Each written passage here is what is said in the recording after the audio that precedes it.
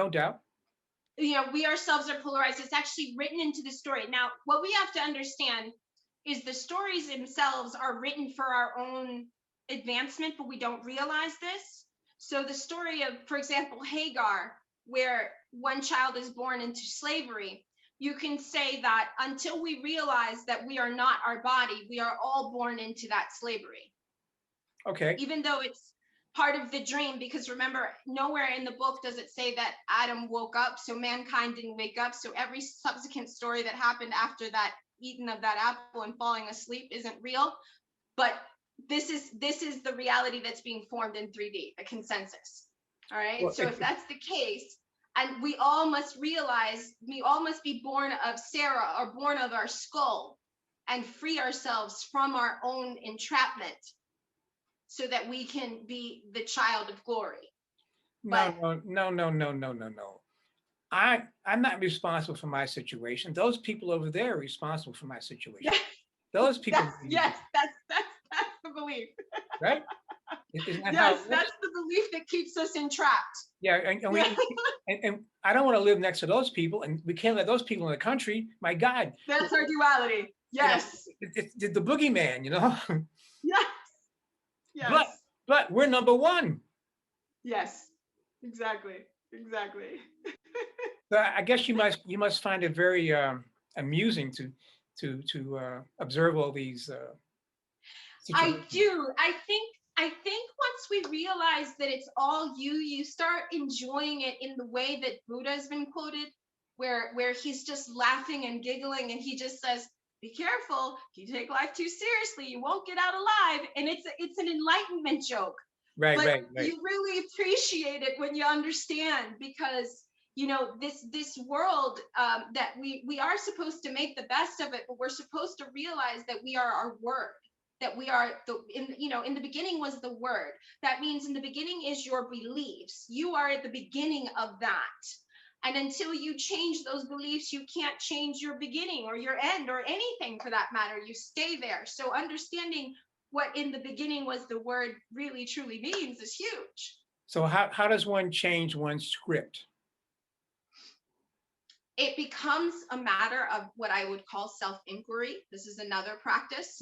First was heart-brain coherence. The Right. second one is self-inquiry. And self-inquiry is the practice of observing your thoughts. So again, it's a meditative practice, but it's one that we're encouraged to do in the Bible when we're told that the spirit is willing, but the flesh, is weak, or we're tempted by the flesh.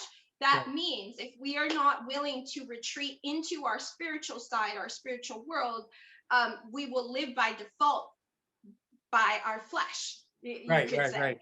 right? So the conscious effort of observing our thoughts is doing just that, is practicing what the spirit is willing, is it's receiving that. So self-inquiry is asking yourself only once. Because a lot of people do this, all kinds of ways. They repeat themselves over and over again. Who am I? Who am I? That's not the point.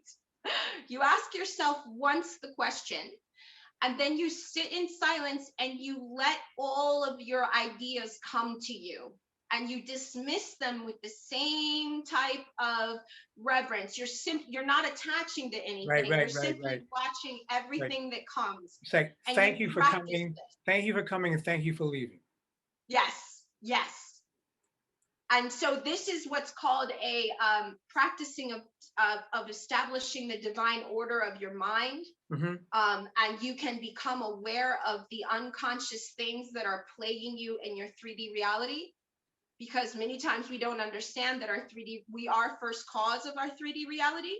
Hmm. So in not knowing that, we limit ourselves. So in retreating into this place of self-inquiry, what we do is ignite our ability to witness our thoughts, so that we can understand why outside looks the way that it does. Hmm. I And from there, you develop a muscle that allows you to choose your thoughts in your favor, because the law works either way. right. You can choose the favor, not in your favor or in your favor. Your subconscious mind, or the feminine aspect of yourself, is ruled by your dominant thought. So your dominant male thought, and it may not be true in the world, but it's definitely true of your mind.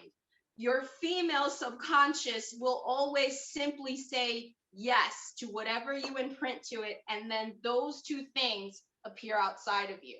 Those So two it's things. in knowing that you're that creator. So they marry and have a child, Yes, and the child yes, is your experience. it's your external reality.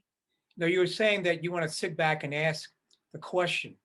And a number of years ago, one day I was just very kind of frustrated, and I said, God in me, tell me what to do. Yes, And just like that, bam, the voice said, relax and be calm. yes, be Now, still and know. now to me, I'm like, come on, man. I want the big book to fall out of the sky, right? It took me 6 months to hear the The voice. angels to fall from Yeah, heaven. yeah, right. This way. Yeah. Took me 6 months to hear the voice. Oh, I got it now. It took me 6 months. Yes. No, it's really like it happened just like you said. Mhm. Mhm. But I wasn't I couldn't hear it.